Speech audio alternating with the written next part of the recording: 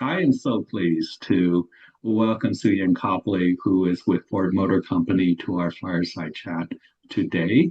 And by way of that introduction, Suyin, if you would maybe just start us off with your professional journey from early career to where you are now, and just give us some highlights over the next few minutes. Yeah, and the key is highlights. So, welcome everyone. I'm so delighted to see so many familiar names and companies. Really, kind of your involvement today is a testament of where SACE is. And I've been here on the journey with many of you. So, thank you. And thanks, Faisal. I was telling Clarence at the beginning, like, how deep do you want me to go? So I have a tendency, if I'm not careful, to kind of go off course and start navigating different topics. So I will try to answer the question, and ultimately I'm here for you. So I want to make sure this session is helpful for you. I feel very fortunate to be here with you. Speaking is not something I volunteer to do, so I have my own butterflies just being here with you today. So for me, I just really want to be able to share information that's helpful for you. Um, I am an engineer by background, but that's not where I thought I would start. So just maybe real quick, my parents migrated here from South Korea. I was born in Georgia, kind of grew up in Ohio, where literally in the towns I grew up, I was the only Asian in town or at school.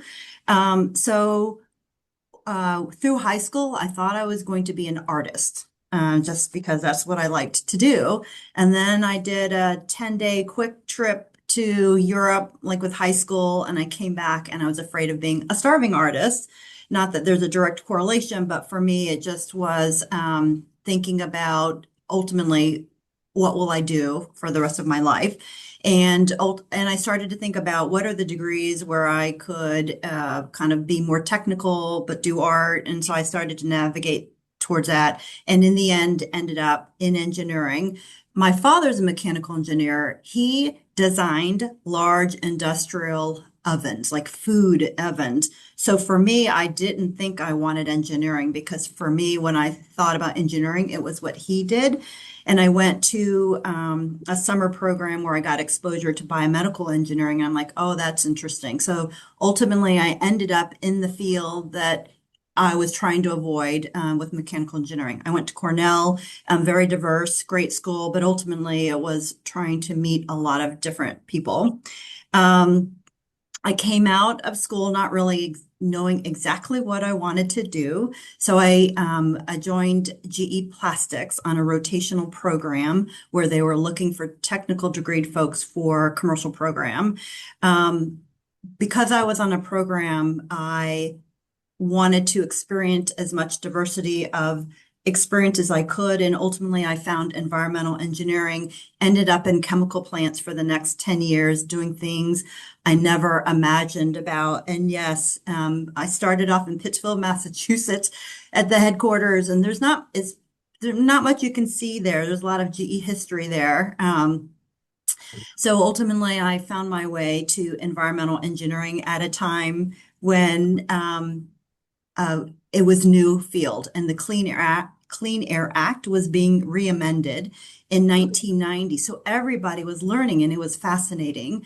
And so for the next 10 years, I was learning all the things I never thought about: groundwater migration, ambient air dispersion modeling, and I love the ability to apply kind of technology and then ultimately work with many layers of people, from on the plant floor to maintenance to contractors to EPA to kind of legal to plant managers and on up. So I loved what I was doing. And my aha insight was my manager at the time. He was so excited about NOx calculations, so nitrogen oxide, which comes out of our stacks.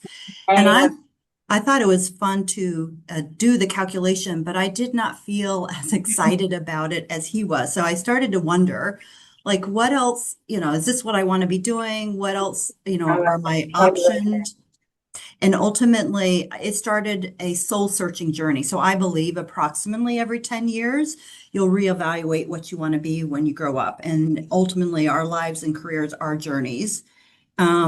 So as I looked around the company, so GE was a big conglomerate at the time, and I was trying to understand what my options were. I wanted to meet more people. I wanted to meet more on the front end of business. And ultimately, I got interested in organizational behavior, which is theoretical based. So I started to talk to HR. What do you do? What is HR? What is organizational behavior? And through many discussions and, a little bit of time, I eventually made a transition to HR. So I've been in the plant. I've moved about every 5 or 6 years. I've been in corporate. I've had corporate P&Ls. I've had functions. I've gone through many crisis situations, whether it's trying to recover from Hurricane Katrina, unfortunately, or try to sell a business. After 17 years in plastics, made a transition to healthcare, went out to Salt Lake City, Utah with a business shut down by the FDA. Great business, but ultimately it was about culture change. So we can talk more about that another time or another question. Spent about 5 years and then made my way over to GE Transportation. So for all of those web tech folks out there, transportation, we would always say we're small but mighty. It was kind of the business that GE used to raise kind of the future CEOs and growing general managers, but we kind of wore a lot of different hats.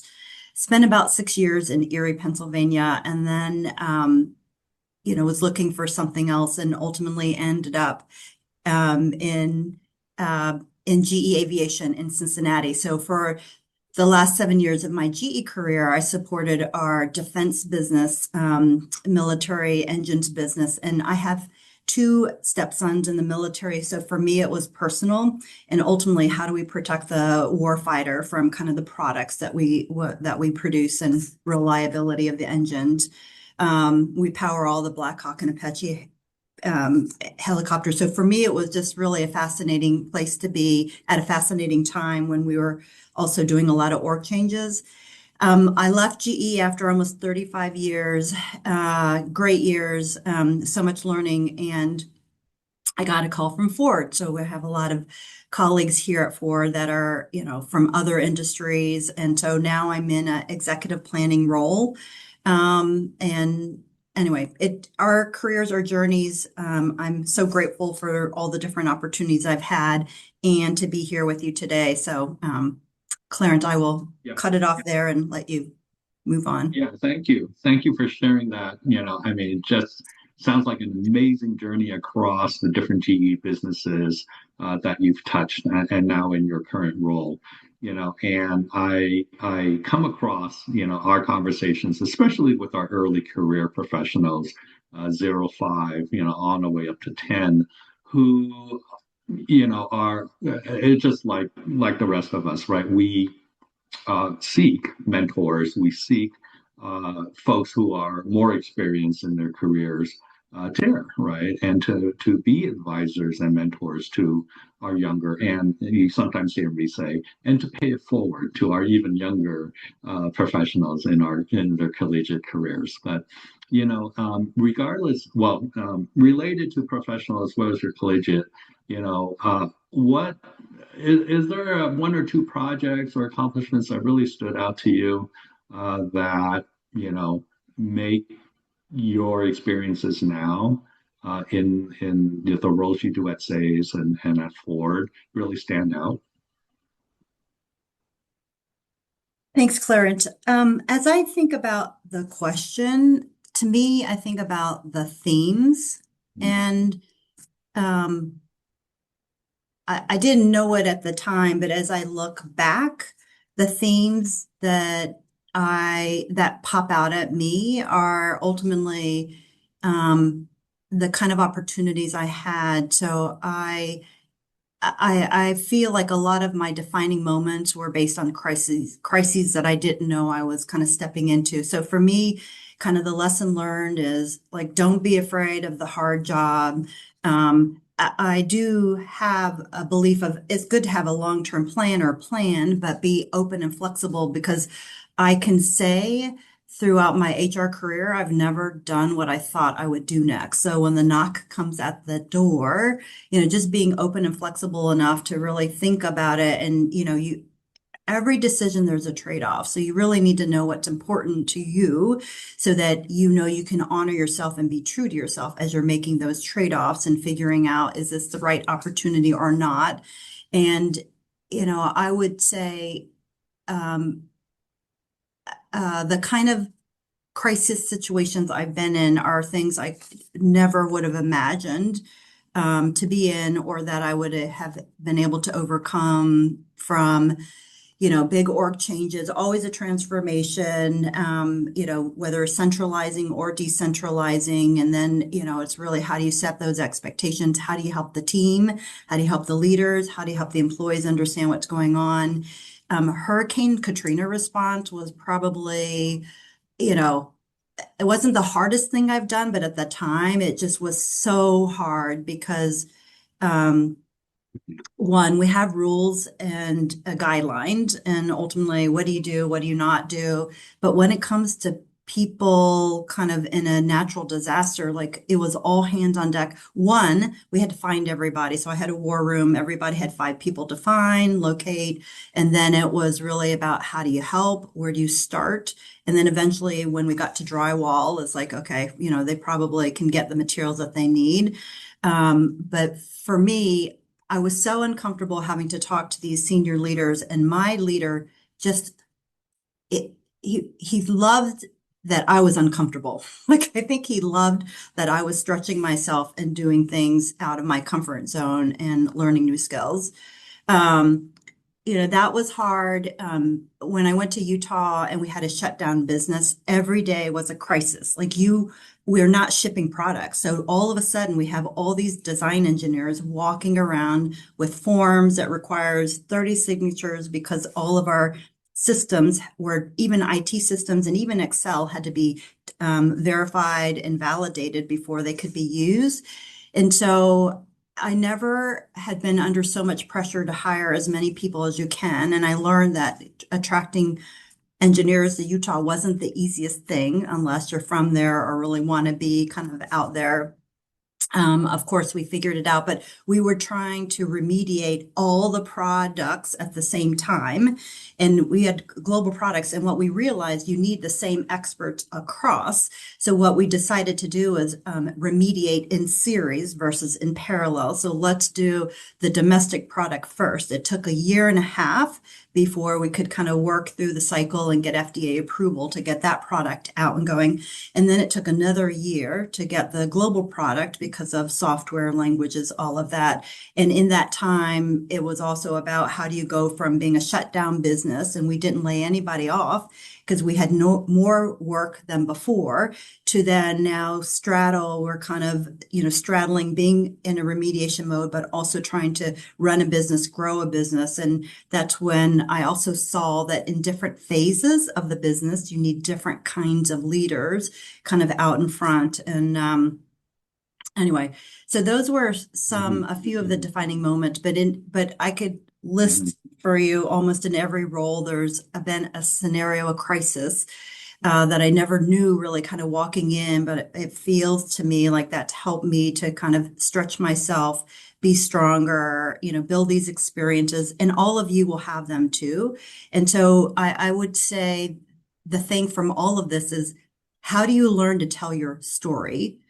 Um, um, it's not about bragging. And it's not, and in Utah, when I had to interview so many people, to me, that was one of my lessons learned is you have to be able to tell your story. Otherwise, other people won't know. And even in our careers, if you can't tell your story, then how do people know what you've done? And especially if you're moving businesses or moving teams that they don't know you from before, and then also what you want to do. So I think that is, to me, one of the things that I understood better earlier in my career. And I was just going through some train the trainer this morning for a new workshop. Well, that's not new, but about is I am remarkable, and is all about how do you talk about yourself. And it's not about bragging, and how do you bring in the facts, and how do you talk about the outcomes you've driven.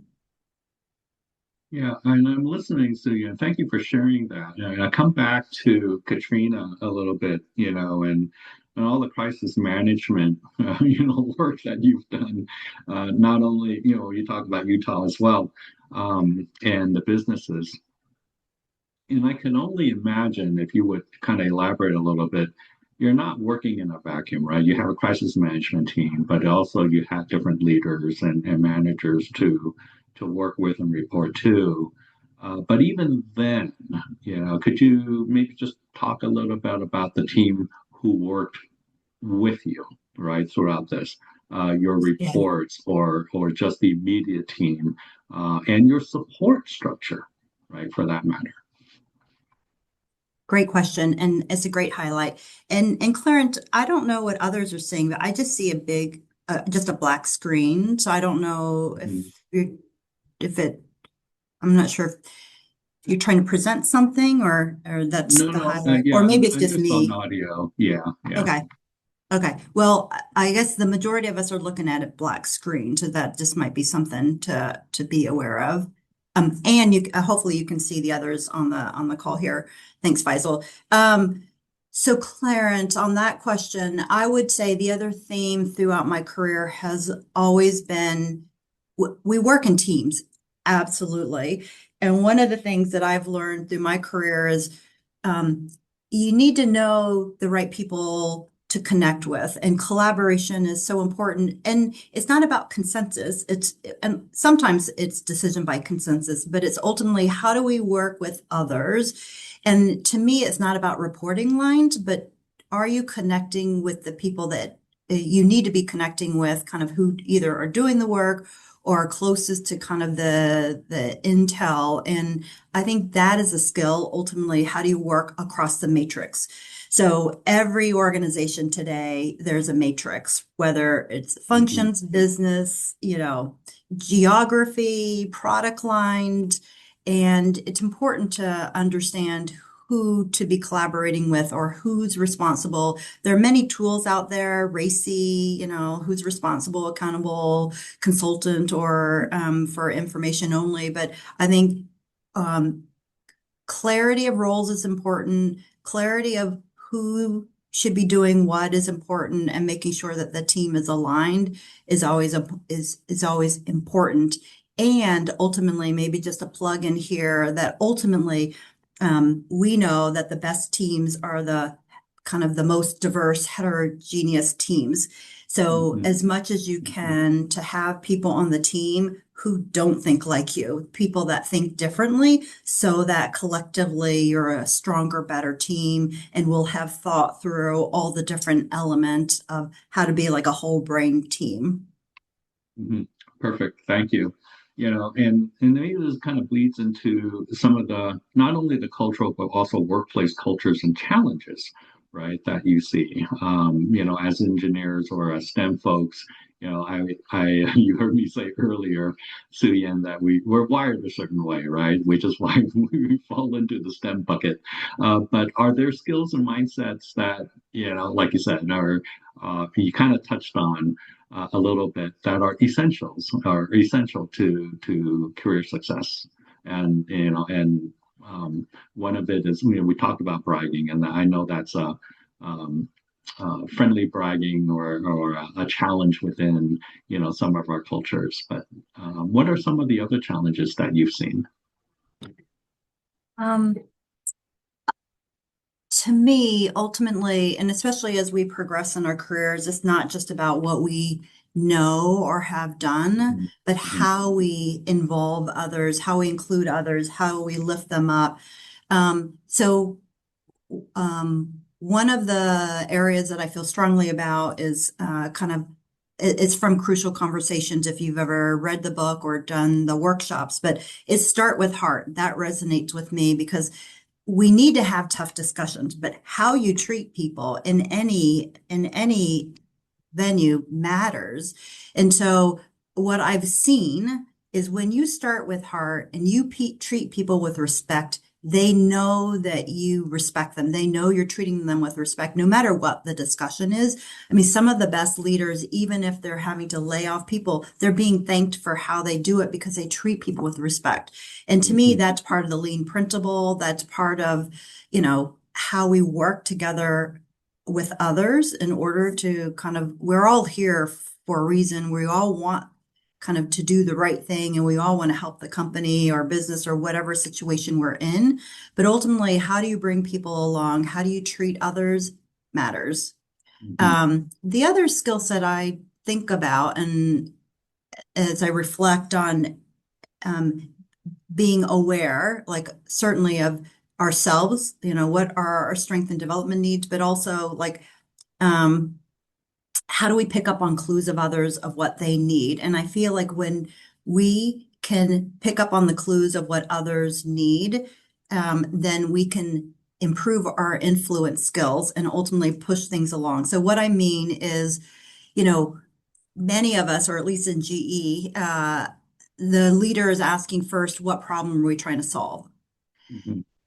Usually that question means this is a very data-driven person, and they need to know what problem we're trying to solve before we can move forward. So that's the analytical brain speaking. Or is it a person that's saying, what's the next step? What have we done? That's a process person. Like we need to be able to address the questions. Or another person will be like, what's the big picture? Have we thought about all of the possibilities? Like what's the mission? And then the last person might be like, how are people feeling? What have we done? What are we doing to take care? Are the roles clear? So ultimately, those are the four quadrants of whole brain thinking. And if we think through all of them, then we'll appeal to the many. But also, if we pick up on the clues, I think that helps us to improve our influencing skills so we can work with the team or help people move along so we can kind of progress in the discussion. Hmm. Yeah. No, thank you for sharing that. I remember having, different managers or leadership types, to address, and, what are we solving for? What is this, what needs to be true kinds of things, right? But also working with very process driven, folks as well. And that can be a challenge, right? Just Hmm. trying to uncover some or even be aware of the different types of leadership types, right? Skills, conversations that they need in order to make some decisions. What would you say then for somebody who's starting off, right? I mean, we're going to be delighted at STEM Connect, right, to see some of our collegiates receiving their first offers, starting to connect into the pro community, and with that focus for those folks who are early career, what couple of nuggets might offer them as they begin their journey? Yeah, thanks, Clarence. I guess the top two things to start off with at any point in our careers, but especially kind of early career, is kind of stay curious and be a learner. There's so many things happening now. The pace of change is so fast. Um, I think if we're curious, we'll ask questions. And I believe the more aware we are, the better decisions we can make. And then also, if you think about career choices, um, if we don't know what a person in that field does, or a person in that role does, or a person in that company does, or what that company, then we'll never know. So the more we ask questions, we learn, we expand our sphere of knowledge, potentially even influence, and ultimately, how do we, help use that to navigate? And then being a learner, just being curious, being a learner. There's just so many information sources out there today, and even more so now than ever. So I would start there. Yeah, and I think about here's one question that I'm actually going to toss out to you. I think it's relevant, especially in kind of some of the recent years for that I've heard some of our new professionals, kind of get into, which is that imposter syndrome, right? They're coming in, they're still, waiting around, settling in, figuring out what the landscape at their companies and cultures. And sometimes they feel, do I really belong here? Right? Yeah. I mean, I have the academics, right, so to speak, right, and all of that, which is why I got hired or recruited and hired. But then I'm very uncomfortable in my skin. What would you say about that? I'm with you. Oh my God. I was telling I was telling Clarence at the beginning, and Jim, good to see you, that like I'm nervous for this because I want this to be helpful and useful, and I don't volunteer to be out in front. But ultimately, I think it's human nature. And so that's part of how do we kind of stretch, get out of our comfort zone. Um, Sometimes it's us pushing ourselves. Sometimes it's a colleague pushing us. Um, in GE, I was one of our ERG co-leaders, and at the time we had these big conferences.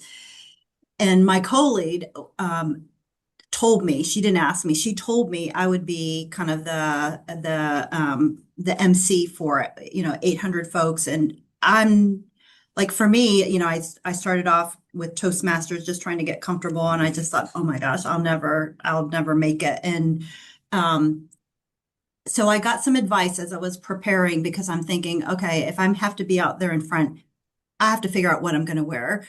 And so this was our Asian American Forum. And I thought, well, I'm going to make it relevant to kind of the venue. So ultimately, I had an outfit change every half day. It was the year that Anne Hathaway kind of had like 18 outfit changes at the Grammys or something like that. So, and so I just used it to my advantage. I was very uncomfortable. I got lots of coaching in terms of, how to think about, introducing folks, taking away. But in the end, I did it. And it's certainly an accomplishment that I never thought I could have done. So I think in terms of the imposter syndrome, I think it's finding ways to practice. So to me, this is where the ERGs and other volunteer organizations, and, there's so many ways to get out there and just practice. Just put yourself out there in areas that feel less threatening, and it's more of just to grow yourself, stretch yourself. And the more we practice, the more we can improve our skills and ultimately ask for feedback and move forward. And this is where also asking for feedback is important. I think feedback is a gift. We say that it's not always easy to receive, but ultimately, the more open we are, I think we decide what we do or don't do. But unless we're willing to hear it, how will you ever really know? So I think it's kind of this building your self-awareness is one of the core skills for all of us at every phase in our career. But the earlier we can, kind of be open to it, I think it's helpful.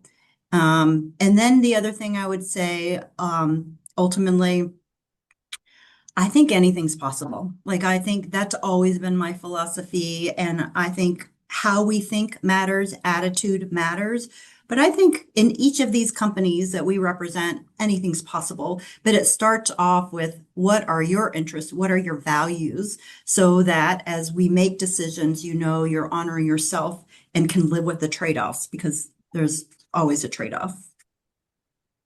I was just looking through the chat thread a little bit. Maureen Yeah.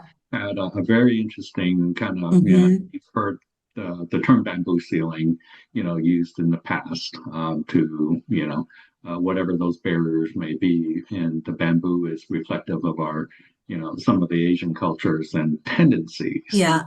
between, uh, Eastern and Western corporate cultures. Um, and it asks here, Maureen asks if you'd be willing to share your Yeah. perspectives on your experiences working both in Yep. HR and engineering. Yes, Maureen, thank you for the question. Yes, bamboo ceiling from Jane Hyun. Mhm, And mhm. at this point, I feel like I could call her a good acquaintance slash friend, who's been definitely bringing some of these topics like to the front, and so that we could talk about them. Um, to me, so it's a balance. Um, are there,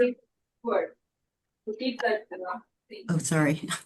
Oh, sorry, we were just Divya, you might want to, yeah, I'm yeah. meeting Divi. Yeah. Okay. I would say clearly there's challenges in industries and companies, but there's also choices. And sometimes our choices impact kind of how far we can get depending on what we have valued as higher priority.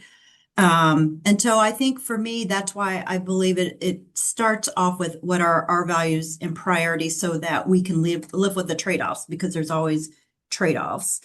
Um, I think the other thing that I've learned through my career, both in engineering as well as HR, is having the courage to kind of speak up. Like for me, that's not natural. That's not how I was raised.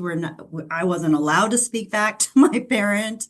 My kids, when they do it now, I'm a little like, oh my gosh, but it's a different time. But I think um, you know, and it goes a little bit back to the imposter syndrome, Clarence, that you were asking about earlier is, it's taken me decades to kind of build the courage to speak up or to kind of be in front. And, if I were talking to my younger self, or ultimately as I Mhm, think about this mhm. question, it is about like finding ways to build the confidence, finding ways to build the network, and depending on what your goals and interests are, like today careers, there is no set path. There is no ladder. Well, this is my belief. It's not a ladder. It's not a step.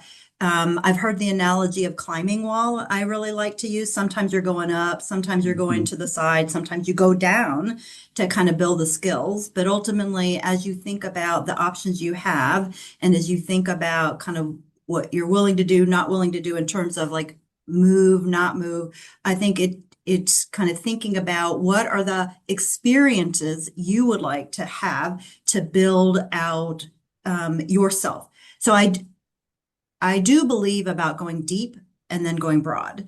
So where do you have your depth? What are your technical skills in, whether it's industry, whether it's a technical aptitude, but where do you have kind of core skills and experiences? And then you think about how do you build out and how do you navigate to get those kind of skills so that you can then grow into some of those opportunities.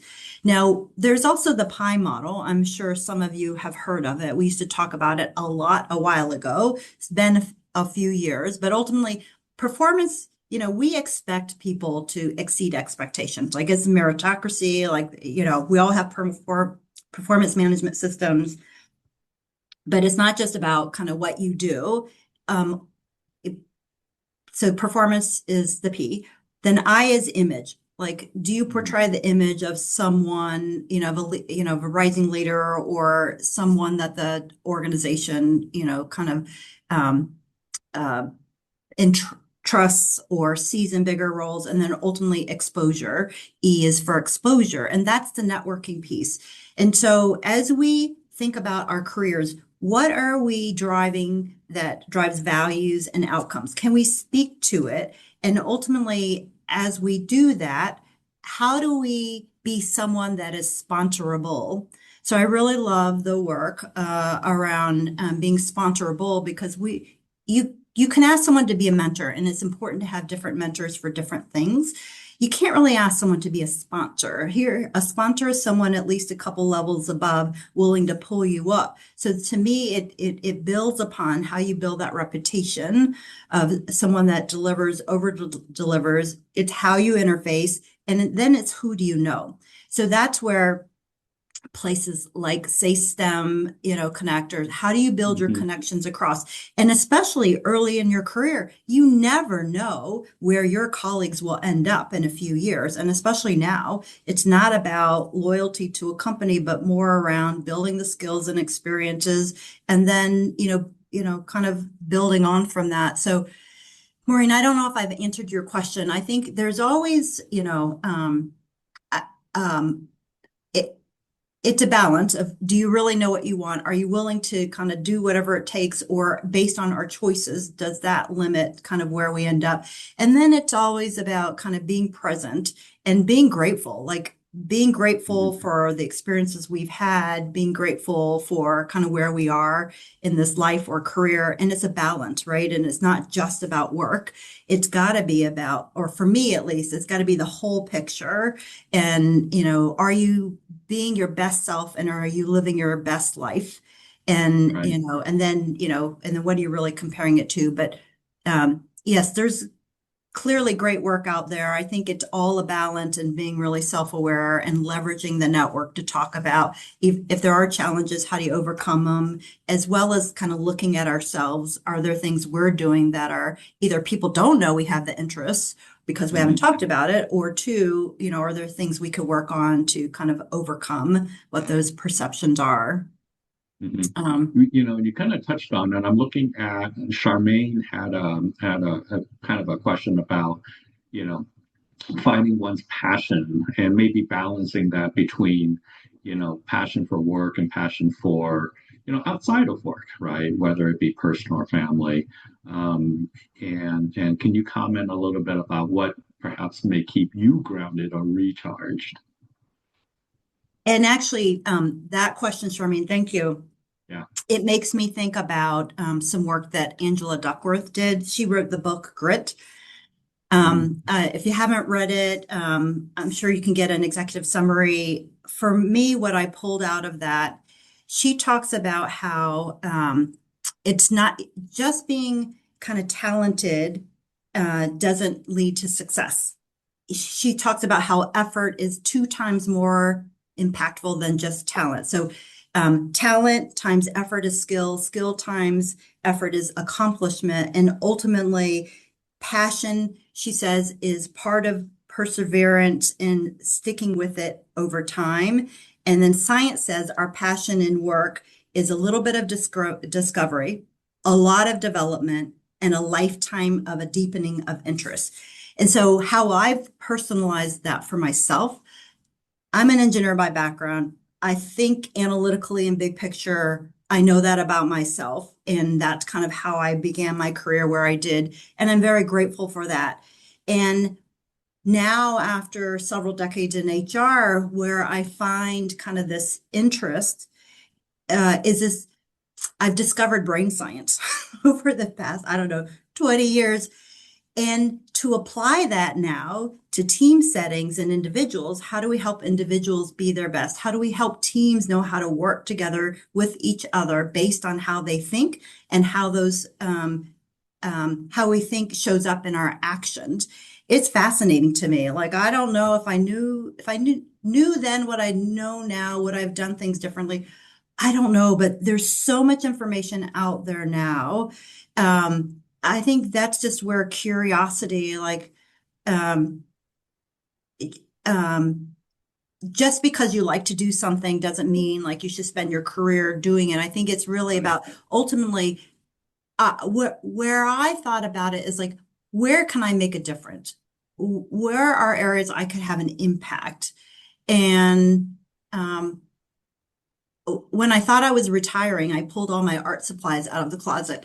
So I have a big Right. canvas. I'm waiting to be inspired of what I'm going to do. But then when I started with Ford, I put it all back in the closet because I feel like I am where I am now for a reason. And I'm grateful for the opportunities I have in Ford and the different, we're trying to make with our teams and appreciate that. But I think passion is like, how do you define it? What energizes you, what drives you? And Mhm. Clarence, I know you Mhm. were asking me kind of what I do to rejuvenate. And Mhm. one of the things I learned early on was, thinking about my values and priorities. And what I realized earlier in my career, and I'm sure it was after reading like True North, and there's so many books out there about how do you find your direction. I realized I have to take care of myself first or else I can't be there for the company or I can't be there for my family because if I'm miserable, then my family's not going to be that happy. And so what that means is like I have to like work out. Like I just need to prioritize that. So I'll make time in the morning, it depends on how much sleep I get, but what I found is I just need to carve out my time to nourish myself, my mental state just keeps me going and helps me feel better and stronger.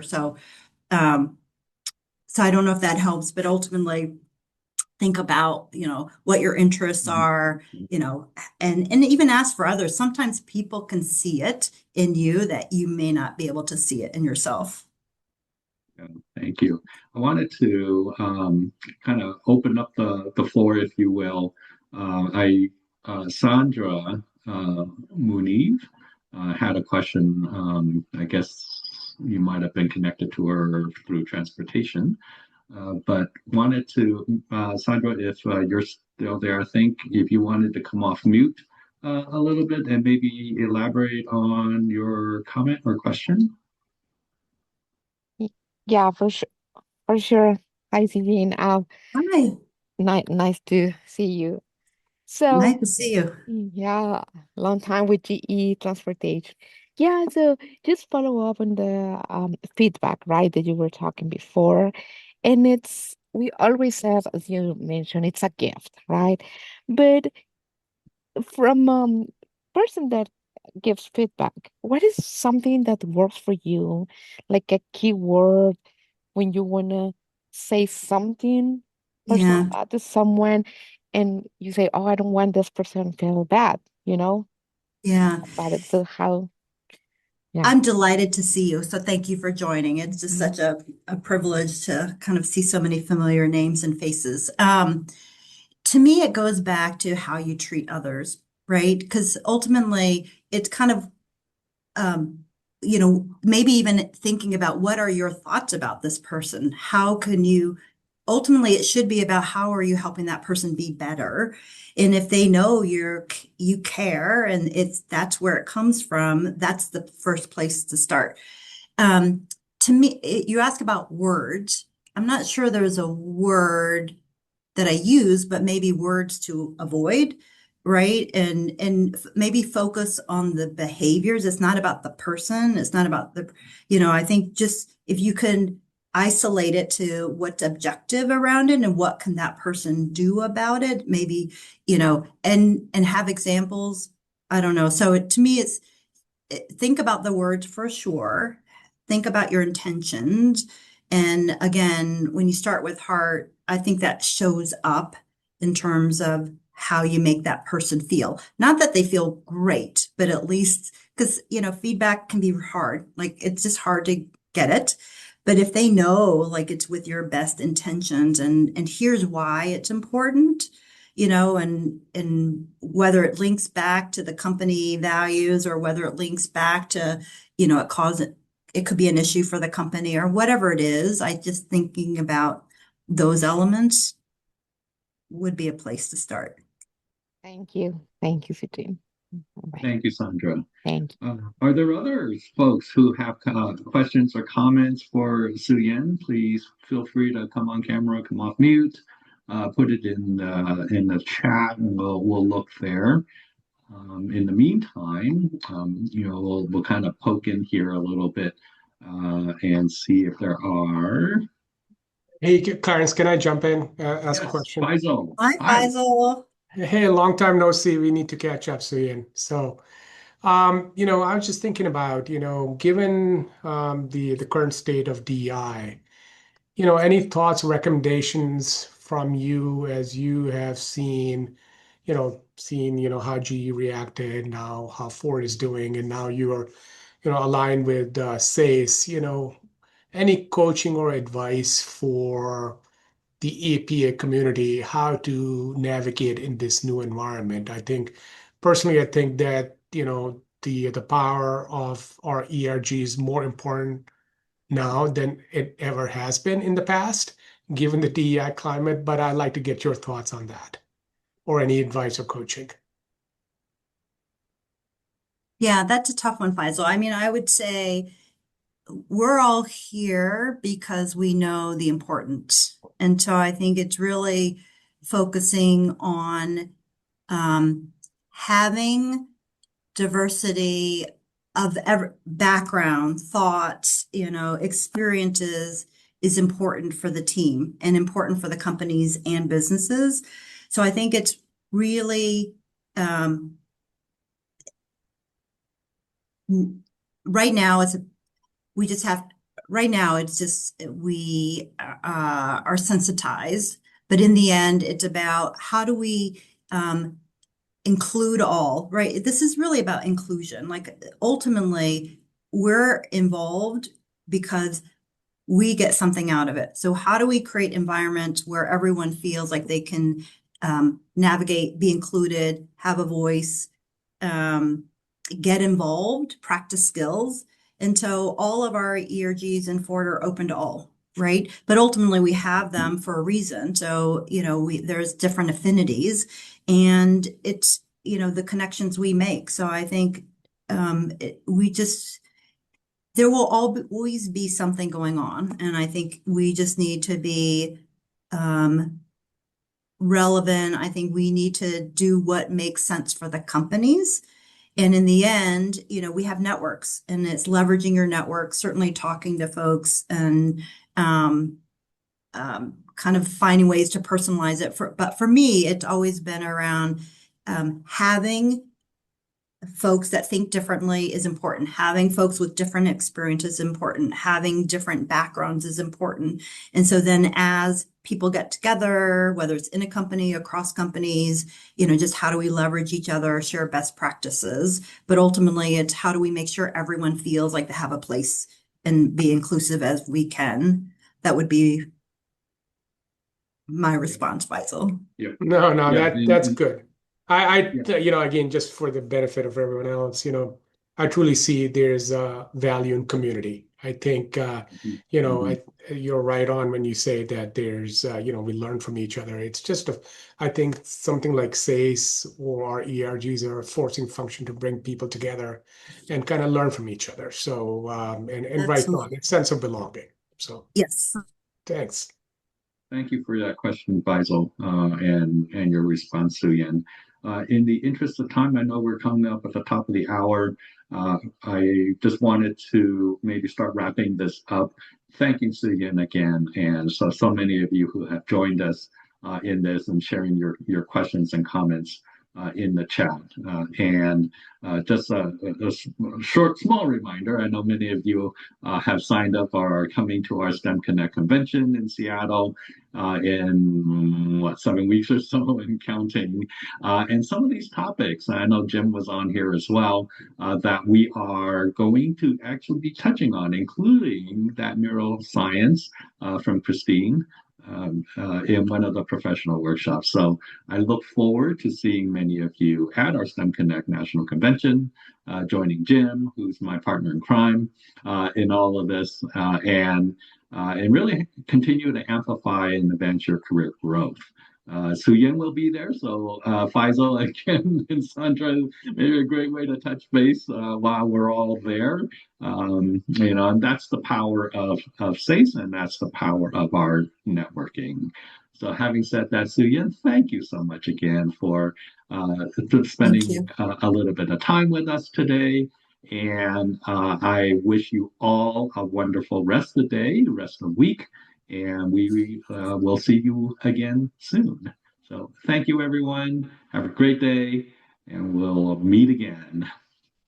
Thanks, Clarence. Thank you all.